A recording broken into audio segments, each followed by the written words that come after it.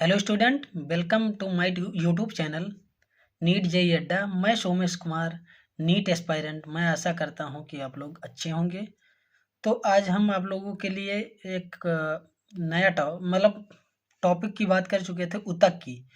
तो उतक part first में उसके डिफिनीशन, टाइप्स ऑफ टिश्यू, उसकी बात किए थे। और अब पार्ट सेकंड में मतलब एक एक करके, जैसे एपिथेलियल, कनेक्टिव टिश्यू, मस्कुलर और नर्वस, मतलब इसके एक एक करके इसकी बात करेंगे।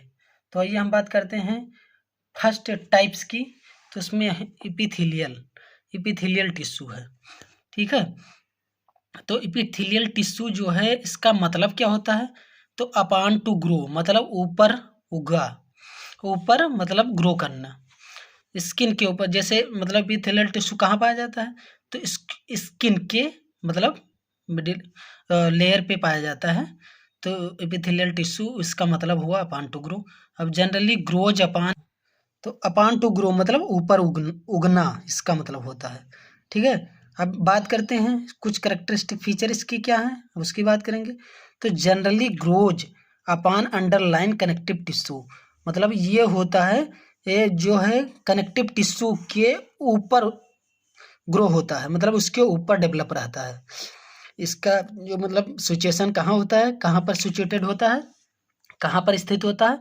तो कनेक्टिव टिश्यू के ऊपर होता है, अपान अंडरलाइंड ग्रोस, ठीक है। दे फॉर्म, अब सेकेंड करेक्टरिस्टिक फीचर, मतलब उसका क्या लक्षण है? They form covering upper and lining tissue attach to connective tissue for nutrient, मतलब ये बनाता है अपर कवरिंग। मतलब यहाँ पर बात किए थे कि अपान टू ग्रो, मतलब उस ये अपर कवरिंग बनाता है और लाइनिंग टिश्यू, और टिश्यू को जो है, टिश्यू का लाइनिंग होता है, मतलब घेरे होता है, ठीक है। और attach to connective tissue for nutrient, और न्यूट्रिएंट से जो एपिथेलियल टिश्यू होता है, ये कनेक्टिव टिश्यू से अटैच होता है और न्यूट्रिएंट सप्लाई करता है, मतलब फूड मटेरियल हुआ तो उसका सप्लाई करता है, इसलिए वो कनेक्ट होता है, ठीक है। अब नेक्स्ट करेक्टरिस्टिक फीचर की बात करेंगे। तो मतलब एपिथेलियल टिश्यू, ईटीएस मतलब epithelial tissue rest upon non cellular membrane called basement membrane. बताए हैं कि मतलब ये जो है पाया जाता है नॉन सेलुलर मेम्ब्रेन पे, जिसे बेसमेंट मेम्ब्रेन भी कहते हैं। अब बेसमेंट मेम्ब्रेन का होता है, तो देख लीजिए, जैसे ये मान लीजिए हमारा टिश्यू है, ठीक है, ये टिश्यू हुआ, मतलब सिंपल की बात है, जिसके टाइप है ये, मतलब हमारा टिश्यू हुआ, इसके नीचे होता है बेसमेंट मेम्ब्रेन।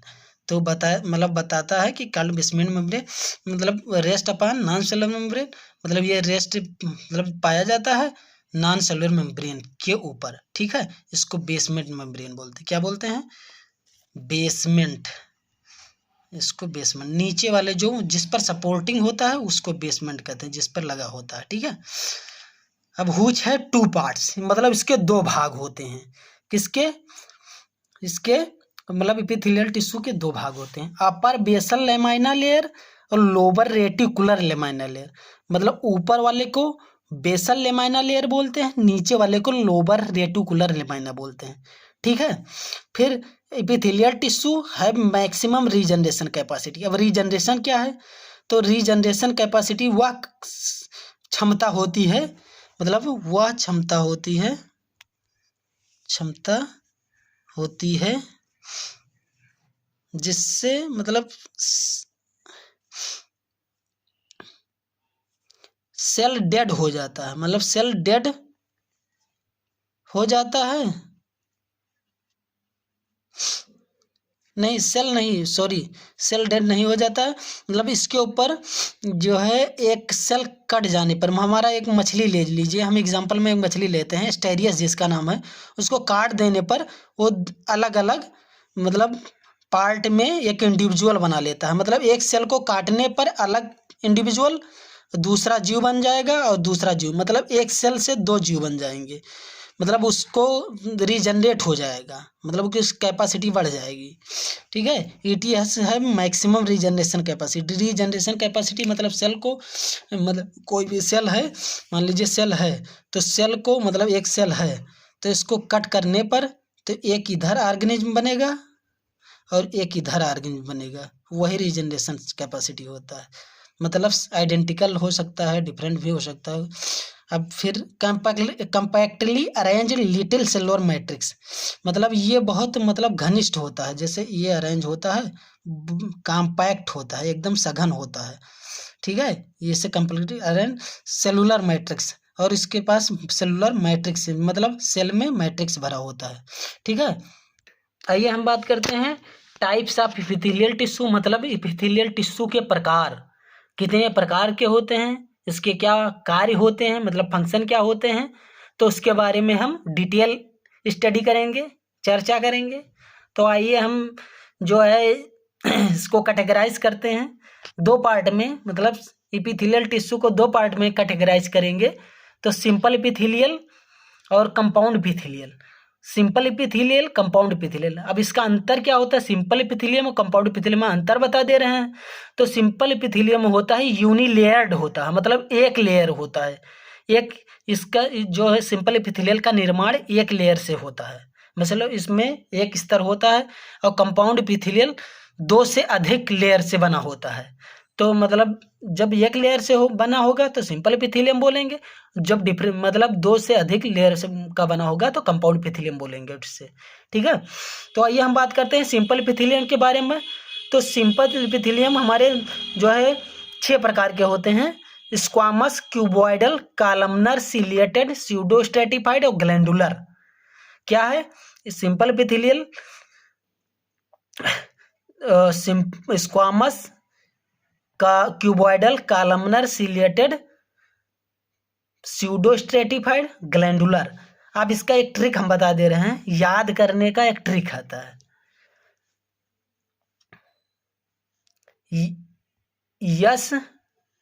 यस ने ट्रिपल सी, ठीक है, यस ने ट्रिपल सी पे ज्ञान दिया, ज्ञान लिया। तो यस मतलब स्क्वामस, ये साइलेंट रहेगा ने, और ट्रिपल सी मतलब होगा, सी से होगा क्यूबॉइडल, सी से होगा कॉलमनर और सी से होगा सिलिएटेड, पी होगा साइलेंट, ज्ञान मतलब होगा नहीं सिलिएटेड नहीं, साइलेंट नहीं होगा ये, सॉरी। तो ये जो है ट्रिपल सी मतलब होगा हमारा क्यूबॉइडल, कॉलमनर, सिलिएटेड, और ज्ञान पी से होगा स्यूडो स्ट्रेटिफाइड, और ज्ञान से होगा ग्लैंडुलर। यस ने ट्रिपल सी पे ज्ञान लिया, ठीक है। तो ये हो गया हमारा ट्रिक याद करने का, इसी तरह आप लोग याद कर लीजिएगा। क्या होगा, squamous, cuboidal, columnar, ciliated, pseudo stratified, glandular. फिर आइए हम बात करते हैं एक एक करके। तो हम देख लेते हैं, पहले इसका ओवरव्यू के बारे में बात करेंगे। तो स्क्वामस, इसको पावरमेंट मेम्ब्रेन भी बोलते हैं, एक नाम और होता है, इसको आर लगा के पावरमेंट मेम्ब्रेन भी कहते हैं, ठीक है। ठीक, अब इसके बारे में बात करेंगे स्क्वामस, ठीक है। तो स्क्वामस के बारे में बात करेंगे, सिंपल स्क्वामस जो इपिथेलियम, ये एक टाइप है सिंपल इपिथेलियम का।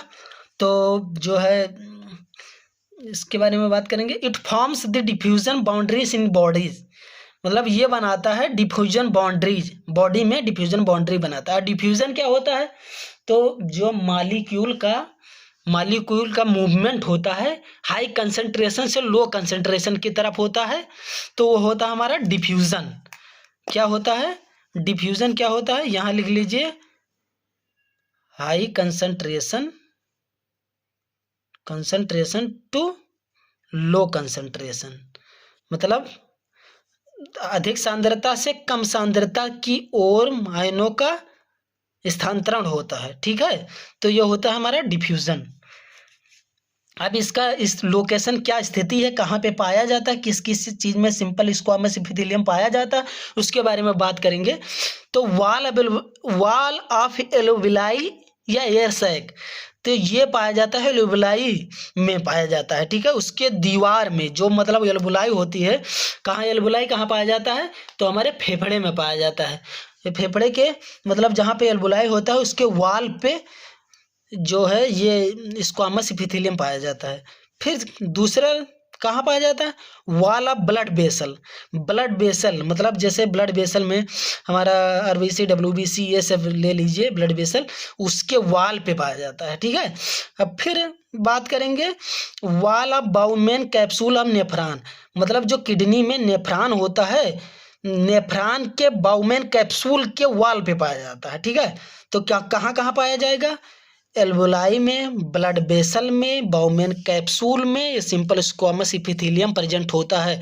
ये आप स्टार बना लीजिएगा, इसे याद कर लीजिए, alveoli, blood vessel, bowmen capsule. ठीक है, फिर इसके फंक्शन के बारे में बात करेंगे तो डिफ्यूजन इसका फंक्शन होता है, मतलब जो आयनों का मतलब ट्रांसफर करता है हाई कंसंट्रेशन से लो कंसंट्रेशन की तरफ। तो सिंपल स्क्वामस इपिथेलियम का आपका काम होता है हाई कंसंट्रेशन से लो कंसंट्रेशन की तरफ आयनों का स्थानांतरण किया जाए। ठीक है, अब दूसरे मतलब इपिथेलियम की बात करेंगे, क्यूबॉइडल। तो क्यूबॉइडल की हम बात करेंगे, सिंपल क्यूबॉइडल इपिथेलियम। तो इसका लोकेशन मतलब कहाँ पर स्थित होता है, जिस तरह इसमें मतलब लोकेशन बताया गया था, ऐसे आप हाइडिंग करके एक एक याद कर लीजिएगा।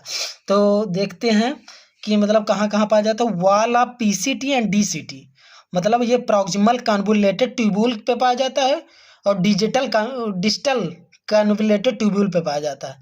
ये जो है मतलब हमारे किडनी में पाए जाते हैं, तो उसमें पाया जाता है। ठीक है, वॉल ऑफ थायराइड ग्लैंड, हाँ ये थायराइड ग्लैंड पे पाया जाता है, इसको पीयूष ग्लैंड भी बोलते हैं या मास्टर ग्लैंड बोलते हैं। थायराइड ग्लैंड ये पी शेप्ड होता है, मतलब मटर के बेस के आकार का होता है, ब्रेन मतलब हेड में पाया जाता है। ठीक है, अब wall of testis and ovary, मतलब टेस्टिस और ओवरी के दीवार पे पाया जाता है। अब टेस्टिस किस में पाया जाता है, ओवरी किस में पाया जाता है? तो टेस्टिस मेल में होता है, ओवरी फीमेल में होता है। टेस्टिस सिक्रीट करता है स्पर्म, मतलब शुक्राणु को सिक्रीट करता है, स्रावण करता है, और ओवरी होता है ओवा को सिक्रीट करता है, मतलब अंडा को सिक्रीट करता है औरतों में। तो आइए हम मतलब इसकी बात कर चुके हैं, सिंपल क्यूबॉइडल इपिथेलियम फिगर के माध्यम से आप लोगों को बताना चाहेंगे। तो इसमें देखिए कि मतलब ये क्यूब लाइक स्ट्रक्चर, इसकी सेल होती हैं क्यूब लाइक सेल्स, तो इसलिए इसको क्यूबॉइडल बोलते हैं। ठीक है, तो इसमें जो है राउंड एंड सेंट्रल न्यूक्लियस, मतलब इसका जो न्यूक्लियस होता है एक गोल होता है और बीचों बीच में पाया जाता है, इसलिए सेंट्रल न्यूक्लियस भी बोलते हैं। आपको बताए थे कि मतलब एक फिगर आपको वहाँ स्टार्टिंग में बताए थे, तो मतलब जो स्क्वामस का है वो स्क्वामस का बताए थे, इसलिए नहीं बताए यहाँ, लेकिन एक बार बता दे रहे हैं कि इसके नीचे जो है बेसमेंट मेम्ब्रेन होती है और इसके ऊपर जो है फ्लैटेड सेल होती है।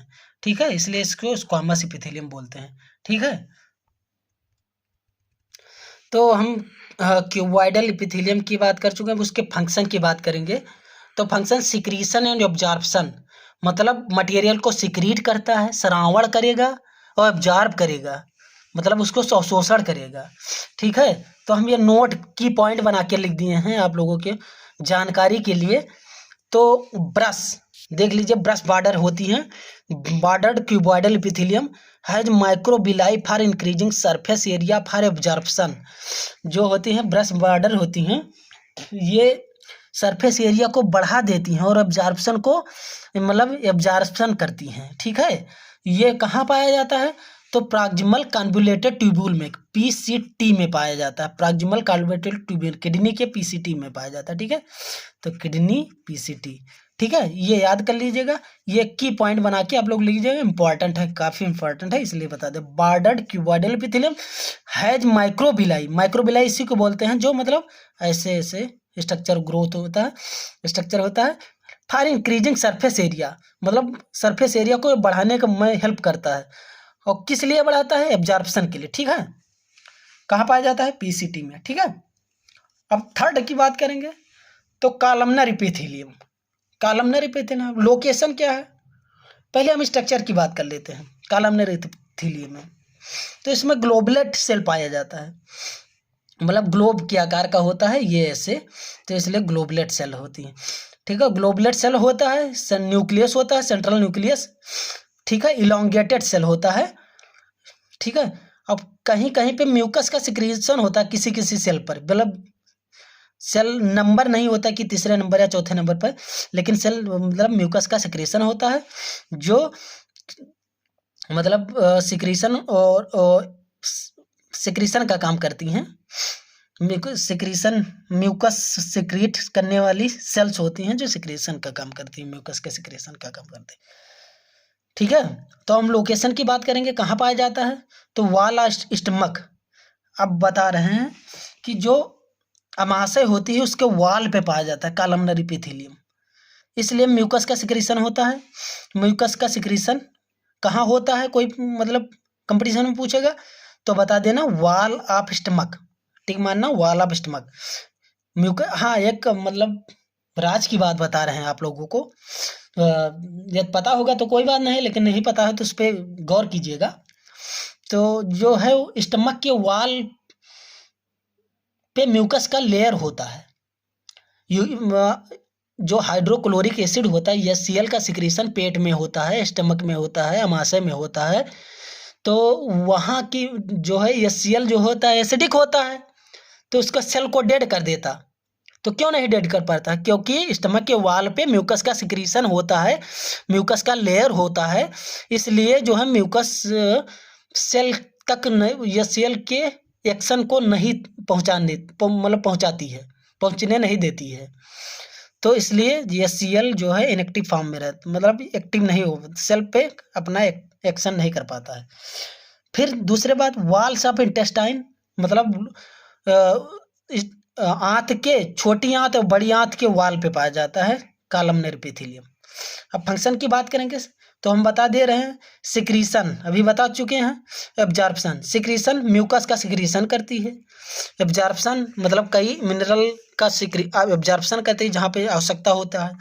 Note, brush border columnar epithelium पाया जाता है, एग्जाम्पल स्मॉल इंटेस्टाइन में ब्रश बॉर्डर कॉलमनर एपिथेलियम। इसका काम अभी बता दिए थे कि ब्रश बॉर्डर एपिथेलियम जो होता है ये जो है माइक्रोबिलाई इसमें होता है, जो इंक्रीज सरफेस एरिया को बढ़ा देता है और एब्जॉर्प्शन के रेट को भी बढ़ाता है। सरफेस एरिया बढ़ेगी तो एब्जॉर्प्शन का रेट भी बढ़ेगा। फिर हम चौथे जो है एपिथेलियम की बात करेंगे, तो सिलिएटेड एपिथेलियम। सिलिएटेड क्यों बोलते हैं, क्योंकि इसमें सीलिया टाइप का पाया जाता है, मतलब सीलिया होता है। सिलिएटेड कॉलमनर, इसका मतलब सब कैटेगरी होगा, सिलिएटेड कॉलमनर क्लासिफिकेशन होगा। तो सीलिया पुश प्रोपेल दिस पार्टिकल, इसमें सीलिया होता है जो पार्टिकल को पुश करता है, मतलब खींचता है अपनी तरफ, and even cell in particular direction, और जो है सेल जहाँ पे मतलब उसकी आवश्यकता होती है वो पर्टिकुलर डायरेक्शन में, मतलब उसको जो है फूड पार्टिकल को, मटेरियल को वहाँ भेजता है अपने हिसाब से, डायरेक्शन में जिस डायरेक्शन में भेजना होता है उस डायरेक्शन में भेजता है। एपिथेलियम जो होता है इसके एग्जाम्पल की बात करेंगे तो ये फैलोपियन ट्यूब में पाया जाता है, वहाँ पर भी सीलिया होता है। टर्मिनल ब्रोंक्यूल्स में होता है, जो रेस्पिरेटरी चैप्टर हम पढ़ेंगे तो हम ब्रांक्यूल पढ़ेंगे, ब्रोंकाई ब्रोंक्यूल्स, ठीक है, तो वहाँ पे पाया जाता है। और वेंट्रिकल्स ऑफ ब्रेन के वेंट्रिकल में पाया जाता है, ठीक है, एक पार्ट होता है जिसमें ब्रेन के वेंट्रिकल में पाया जाता है। फिर दूसरे से कैटेगरी की बात करेंगे, सिलिएटेड कॉलमनर हो गया था, सिलिएटेड क्यूबॉइडल, ठीक है, तो जो है ये पाया जाता है एग्जाम्पल में रेस्पिरेटरी ब्रोंक्यूल्स, मतलब अभी बता चुके हैं यहाँ पे कि जहाँ पे रेस्पिरेशन चैप्टर पढ़ेंगे उसमें ब्रोंक्यूल्स वगैरह के बारे में पढ़ेंगे, ज़्यादा मतलब डिटेल नहीं जा रहे हैं क्योंकि अभी हमें एपिथेलियम आज कंप्लीट करना है इसी पार्ट में, ठीक है। तो हम फिगर के माध्यम से बात करेंगे, तो इसके ऊपर ये जो है ट्रायंगुलर शेप का मतलब सेल्स होता है, बीच में सेंट्रल न्यूक्लियस होता है, ये इसके ऊपर सीलिया प्रेजेंट होती है, ये होता है सीलिया, ये जो पुश करता है पार्टिकल को, मतलब अपनी तरफ खींचता है, ठीक है। अब पांचवे जो है एपिथेलियम की बात करेंगे तो सीडो स्ट्रेटिफाइड एपिथेलियम होता है, तो इसके बारे में बात करेंगे क्या होता है। They appear to be multi layered, मतलब ये कई लेयर का बना होता है, कई लेयर का दिखता है, ठीक है, due to different position of nucleus, और न्यूक्लियस का मतलब सेंटर में नहीं, कहीं सेंटर में प्रेजेंट होगा, कहीं टर्मिनल में प्रेजेंट होगा, कहीं बेस पे प्रेजेंट होगा, तो इसका न्यूक्लियस का अरेंजमेंट जो है एक जगह नहीं होता है, डिफरेंट लोकेशन पे होता है न्यूक्लियस का अरेंजमेंट, ठीक है। तो ये देख लीजिए, हम फिगर के माध्यम से आप लोगों को दिखा रहे हैं, थोड़ा जूम कीजिएगा तो देख लीजिए यहाँ पे जो है सेल में यहाँ पे सेंटर में न्यूक्लियस है, ये टर्मिनल पे है, फिर सेंटर पे, ये बेस पे, फिर टर्मिनल पे। तो इसी क्रम में हमारा न्यूक्लियस प्रेजेंट है। ठीक है, आइए हम नेक्स्ट उसकी बात करेंगे टाइप्स की। हाँ, तो मतलब एग्जाम्पल भूल गए थे, एग्जाम्पल की बात कर ले रहे हैं।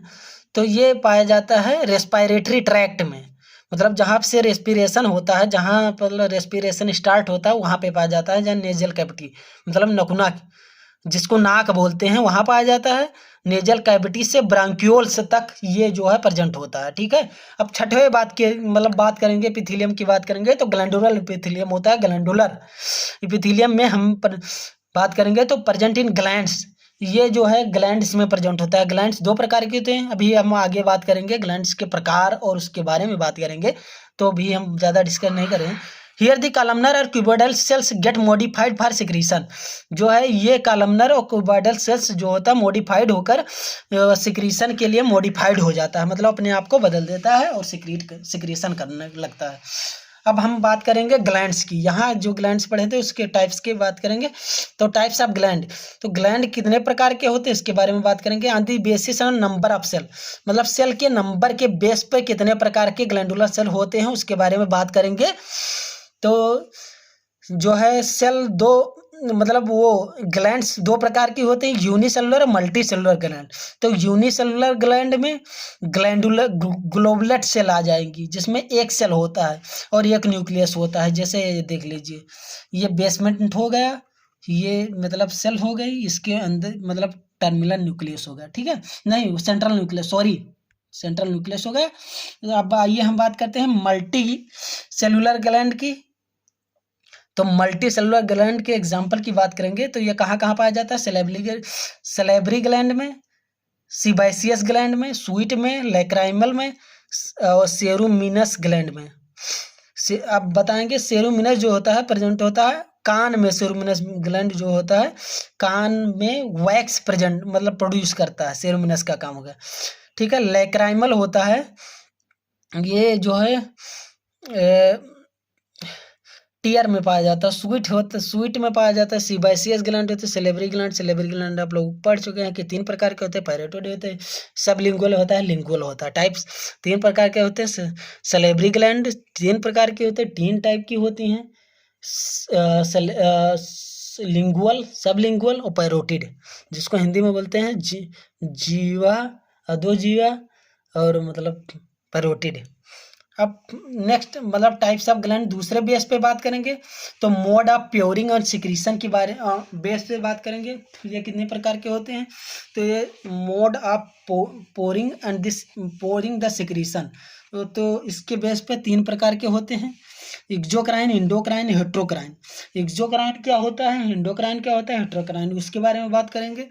तो जो होता है एक्सोक्राइन होता है pour their product on the surface have duct on the surface, मतलब जो होता है एक्सोक्राइन जो ग्लैंड होती हैं ये सरफेस पे जो अपना फूड मटेरियल जो मतलब हार्मोन बनाती हैं, ग्लैंड जो हार्मोन बनाती हैं वो सरफेस पे पलट देती हैं, मतलब डाल देती हैं।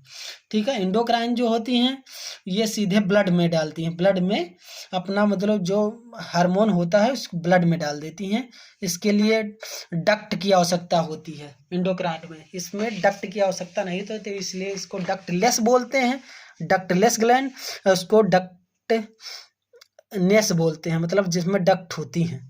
पर हेट्रोक्राइन होती हैं, हेट्रोक्राइन को मिक्स्ड ग्लैंड भी कहते हैं, मतलब एक्सोक्राइन इंडोक्राइन का दोनों का रूप होता है, मतलब डक्ट हो सकती हैं, डक्ट नहीं भी हो सकती हैं। तो अब इसके एग्जाम्पल की बात करेंगे। एक्सोक्राइन जो है के एग्जाम्पल में सेलेब्री ग्लैंड्स हो गया, ग्लोबुलेट सेल हो गया, मेमोरी ग्लैंड्स हो गया, क्या हो गया salivary glands, goblet cells, mammary glands, sweat glands, sebaceous gland. ये इतने टाइप्स ऑफ के मतलब ग्लैंड्स होती हैं जो सरफेस पे पोर करती हैं हार्मोन को। लेकिन और इंडोक्राइन में पिट्यूटरी, थायराइड, एड्रिनल, ये सीधे ब्लड में ये हार्मोन जो बनाती हैं सीधे ब्लड में डाल देती हैं। ठीक है, अब हेट्रोक्राइन ग्लैंड की बात करेंगे तो उसमें जो है हेट्रोक्राइन में टेस्टिस, ओवरीज और पैनक्रियाज, इसमें डक्ट हो सकते हैं नहीं भी हो सकती है। हाँ, मोड ऑफ सिक्रीशन के बेस पर बात करेंगे ग्लैंड कितने प्रकार की होती हैं, तो ये 3 प्रकार की होती है, मेरोक्राइन ग्लैंड, एपोक्राइन ग्लैंड और होलोक्राइन ग्लैंड होती हैं। तो ये जो होती है इसके बारे में, product leaves the cells by simple diffusion process. जो प्रोडक्ट होता है वो मतलब छोड़ता है किसके माध्यम से, डिफ्यूजन प्रोसेस के माध्यम से। डिफ्यूजन प्रोसेस आप बता चुके हैं पहले ही। तो apocrine gland, here apical part of all gets damage, मतलब जो एपिकल पार्ट होती हैं वो डैमेज हो जाती है एपोक्राइन ग्लैंड में, जो एपिकल, ये देख लीजिए फिगर में। और होलोक्राइन ग्लैंड में कंप्लीट सेल गेट ब्रेकडाउन, मतलब ये जो मतलब सेल्स होती हैं पूरी तरह डेड हो जाती हैं, नष्ट हो जाती हैं, ठीक है। उसके एग्जांपल की बात करेंगे तो स्वीट ग्लैंड, सैलिवरी ग्लैंड जो होती है, मेरोक्राइन ग्लैंड होती है, एपोक्राइन ग्लैंड में मेमरी ग्लैंड, एक्सिलरी ग्लैंड होती हैं। और होलोक्राइन ग्लैंड में सीबेसियस ग्लैंड होती हैं।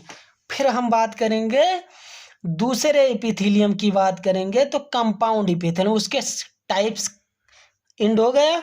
अब दूसरा होगा B, compound epithelium. Compound epithelium की बात करेंगे तो उसमें सब कैटेगरी, स्ट्रेटिफाइड स्क्वामस में स्ट्रेटिफाइड स्क्वामस की फिर सब कैटेगरी क्या होगी, केराटिनाइज्ड जो होता है टिश्यू होगा, केराटिनाइज्ड एपिथेलियम। उसके बारे में बात करेंगे तो it cells have keratin protein making this cell dead, जो है इसमें क्रिएटिन प्रोटीन डेवलप हो जाएगा, बना लेगा और सेल हो जाएंगे डेड, ठीक है। तो हम अब बात करेंगे नॉन क्रिएटिनाइज्ड प्रोटीन की, ठीक है। तो नॉन क्रिएटिनाइज्ड में मना वो नाम से ही क्लियर है, नॉन क्रिएटिनाइज्ड मतलब क्रिएटिन एब्सेंट होगा और ये जो है मॉइस्ट सरफेस पे कवर होता है, ठीक है। दूसरे सब कैटेगरी की बात करेंगे तो ट्रांजिशन एपिथेलियम होगा। ट्रांजिशन एपिथेलियम तो present in the wall of urinary bladder and ureter, so called urothelium. तो इसके बारे में बात करेंगे तो ये जो कहाँ प्रेजेंट होता है, यूरिनरी ब्लैडर में और यूरेटर में, किडनी के जो है यूरेटर में प्रेजेंट होगा। और यूरिनरी ब्लैडर जो मतलब यूरिनरी ब्लैडर आप लोग जानते होंगे, जो मतलब स्क्रोटल सैक होता है, मतलब ह्यूमन का, मैन का, तो उसके उसमें प्रेजेंट होगा यूरिनरी ब्लैडर में, ठीक है। ट्रांजिशन अब इसमें बेसमेंट मेम्ब्रेन एब्सेंट होती है, ठीक है जो ओनली 4 से 6 लेयर ऑफ सेल्स। इसमें जो है कितने लेयर होते हैं, 4 से 6 लेयर, मतलब ऐसे 6 लेयर बनाए होंगी, ठीक है, 4 से 6 लेयर के होंगे। अब इसके फंक्शन की बात करेंगे, सेल फंक्शन की, found in all 4 animal tissue but most abundant in ETS. अब ये जो है एपिथेलियम ट्रांजिशन टिश्यू के में प्रेजेंट होगा 4 एनिमल टिश्यू में, ठीक है। अब वो कौन कौन सी हैं, थाई फंक्शंस जिसको जोनुला एसिलोडेंस बोलते हैं। It is found by fusion of cell membrane, मतलब ये बना होता है किससे, सेल मेम्ब्रेन के फ्यूजन से, मतलब उसके मिलने से बना होता है। प्रिवेंट लीकेज ऑफ सबस्टेंस, मतलब सबस्टेंस को लीक को रोकने में हेल्प करता है, ठीक है। अब गैप फंक्शन दूसरा हो गया बी वाला, तो it increase the communication between cell are responsible for rapid transfer of molecule. Gas मतलब 2 सेल के बीच में एक गैप का काम करता है, गैप फंक्शन की तरह काम करता है, जो आयनों का मतलब प्रोटोप्लाज्म का जो है ट्रांसफर करने में हेल्प करता है। फिर तीसरे फंक्शन की बात करेंगे तो एडहेरिंग फंक्शन। एडहेरिंग फंक्शन ये provide cementing to couple the neighbouring, मतलब ये जो है 2 सेल के बीच में सीमेंटिंग का काम करता है, मतलब जो पड़ोसी सेल होती हैं मतलब उसको जोड़ने का काम करता है। देख लीजिए सेल, 2 सेल के बीच मतलब इसको सीमेंटिंग प्रोवाइड करता है, ठीक है, मतलब 2 सेल को साथ में रखता है, ठीक है। Thank you. यदि हमारी वीडियो पसंद आई हो तो हमारे चैनल को सब्सक्राइब कीजिएगा। अब मिलते हैं नेक्स्ट पार्ट में। जय हिंद, जय भारत।